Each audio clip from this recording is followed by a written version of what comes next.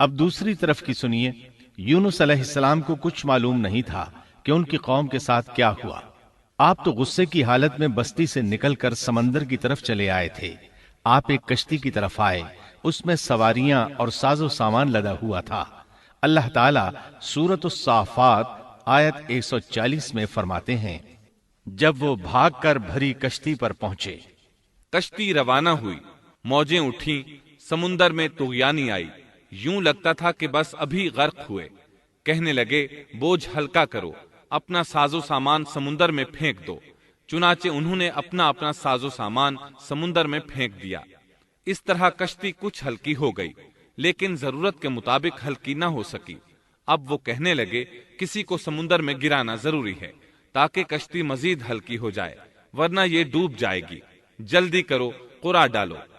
جس کے نام کا قرع نکلتا جائے اسے سمندر میں گراتے جاؤ، اور بار بار یہ عمل دہراتے جاؤ یہاں تک کہ کشتی ہلکی ہو جائے۔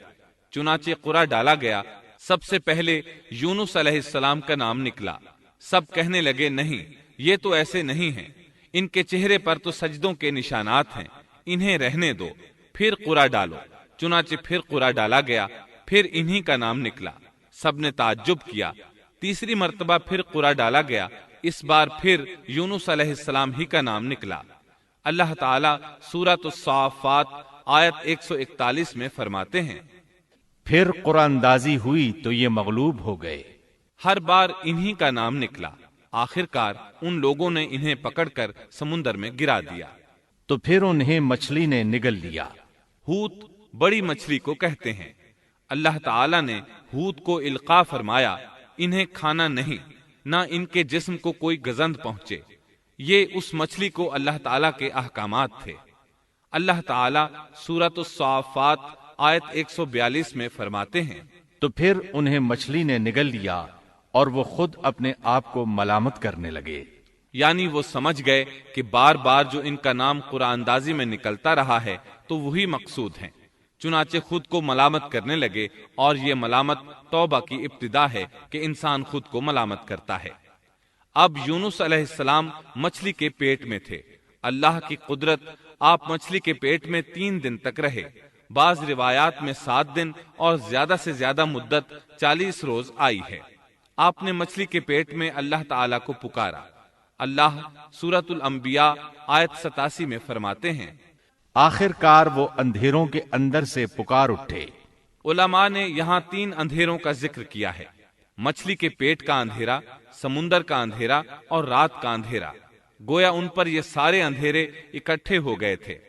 اللہ سورۃ الصافات آیت 143 اور 144 میں فرماتے ہیں، پس اگر یہ پاکی بیان کرنے والوں میں سے نہ ہوتے تو لوگوں کے اٹھائے جانے کے دن تک اس کے پیٹ ہی میں رہتے۔ مطلب یہ کہ اگر آپ اللہ تبارک و تعالی کی تسبیح نہ بیان کرتے تو مچھلی کے پیٹ ہی میں رہتے۔ آپ نے دعا نہیں مانگی بلکہ اللہ عز و جل کی تسبیح بیان کی۔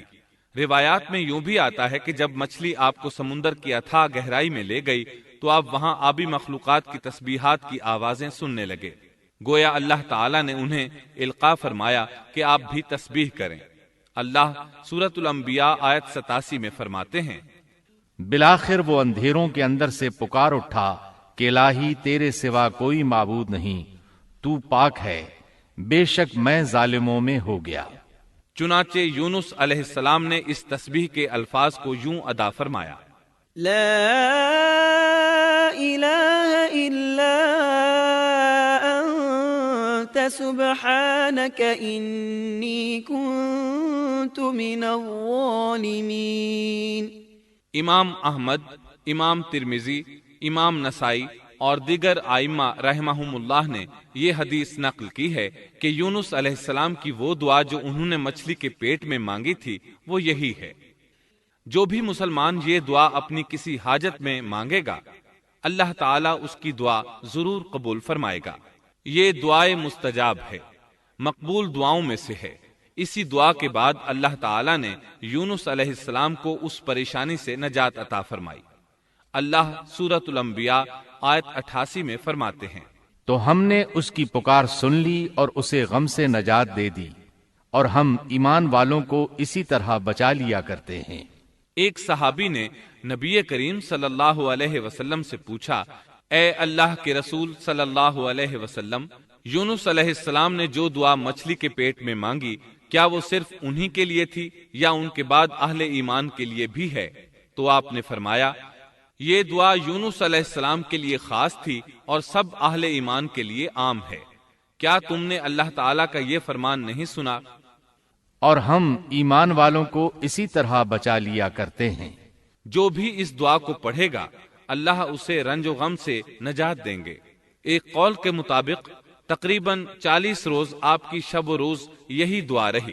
اس مدت کے ختم ہونے پر اللہ تعالیٰ نے آپ کی دعا کو قبولیت بخشی۔ مچھلی ساحل پر پہنچی، انہیں کنارے پر ڈالا اور واپس چلی گئی۔ اس بات کو اللہ تعالیٰ نے سورۃ الصافات آیت 145 میں یوں بیان فرمایا ہے، پس اسے ہم نے چٹیل میدان میں ڈال دیا اور وہ اس وقت بیمار تھے۔ آپ وہاں اسی طرح لیٹے رہے۔ پھر اللہ کی قدرت سے آپ کے قریب ایک بیلدار درخت اگا، جیسا کہ سورۃ الصافات آیت 146 میں ہے، اور اس پر سایہ کرنے والا ایک بیلدار درخت ہم نے اگا دیا۔ اس کدو کے درخت کے متعلق مورخین کا کہنا ہے کہ اللہ تعالیٰ نے اس درخت کا انتخاب اس لیے فرمایا تھا کہ اس درخت کے پتے چوڑے ہوتے ہیں، ان کے سائے میں انہیں ڈھانپ دیا گیا تاکہ ہوا سے اذیت نہ پہنچے، اس لیے کہ ان کے جسم سے جلد اتر گئی تھی۔ پھر اس درخت سے خوشکن خوشبو بھی آتی تھی، اس خوشبو نے انہیں فرحت بخشی۔ پھر کدو کی خوشبو میں ایک خصوصیت یہ تھی کہ حشرات الارض کو دور رکھتی ہے۔ اللہ تعالیٰ نے انہی خصوصیات کی وجہ سے اس بیلدار درخت کا انتخاب فرمایا تھا تاکہ آپ ہر طرح کی تکلیف سے محفوظ رہیں۔ یہ ہے اللہ کی قدرت، سبحان اللہ۔ اسی طرح مفسرین یہ بھی کہتے ہیں کہ اللہ تعالیٰ نے ان کے پاس ایک پہاڑی بکری بھیج دی، وہ آپ کے قریب آتی اور آپ کے سر کے اوپر اپنی ٹانگیں پھیلائے کھڑی ہو جاتی، اس طرح اس کے تھن آپ کے منہ میں چلے آتے اور آپ ان سے خواہش کے مطابق دودھ پیتے۔ یہ تھا آپ کا کھانا اور پینا۔ رفتہ رفتہ آپ کی حالت بہتر ہو گئی، توانا اور تندرست ہو گئے، پھر آپ اٹھنے کے قابل ہو گئے، اور یہ سب اللہ تعالیٰ کی مہربانی سے ہوا۔ جب آپ کی صحت لوٹ آئی تو اللہ تعالیٰ نے آپ کو پھر آپ کی قوم کی طرف بھیجا، جیسا کہ سورۃ الصافات آیت 148 میں ہے، اور ہم نے اسے 1,00,000 بلکہ اور زیادہ آدمیوں کی طرف بھیجا، پس وہ ایمان لے آئے اور ہم نے انہیں ایک زمانے تک عیش و عشرت دی۔ وہ سب کے سب آپ پر ایمان لے آئے تھے۔ اللہ تعالیٰ نے اس قصے کے ذریعے نبی کریم صلی اللہ علیہ وسلم کو اشارہ فرمایا ہے کہ دعوت دیتے ہوئے اکتانا نہیں۔ اللہ سورۃ القلم آیت 48 میں فرماتے ہیں، اور مچھلی والے کی طرح نہ ہو جائیے۔ ان لوگوں کو دعوت حق دیتے رہیے، دیکھیے وہ سال ہر سال دعوت دیتے رہے لیکن اکتائے نہیں، ان سے مایوس نہیں ہوئے۔ ان کی پوری بستی میں سے ایک بھی ان پر ایمان نہیں لایا تھا، لیکن جب ان سے مایوس ہو گئے تو انہیں اللہ کے عذاب سے آگاہ کر دیا اور منہ پھیر کر چل دیے تو وہ سب کے سب ایمان لے آئے۔ اللہ تعالی سورۃ القصص آیت 56 میں فرماتے ہیں، آپ جسے چاہیں ہدایت نہیں دے سکتے، بلکہ اللہ تعالیٰ ہی جسے چاہتا ہے ہدایت دیتا ہے۔ اس قصے میں بہت بڑا سبق ہے کہ کسی بھی حالت میں اللہ کی رحمت سے مایوس نہیں ہونا چاہیے اور نہ ہدایت کے معاملے میں اپنی ذات پر بھروسہ کرنا چاہیے۔ ہدایت تو بس صرف اللہ تعالی۔ سبسکرائب کیجئے ہمارے چینل اور دبائیے بیل کا آئیکن تاکہ آپ کو ریگولر نوٹیفیکیشن اپڈیٹس مل سکے۔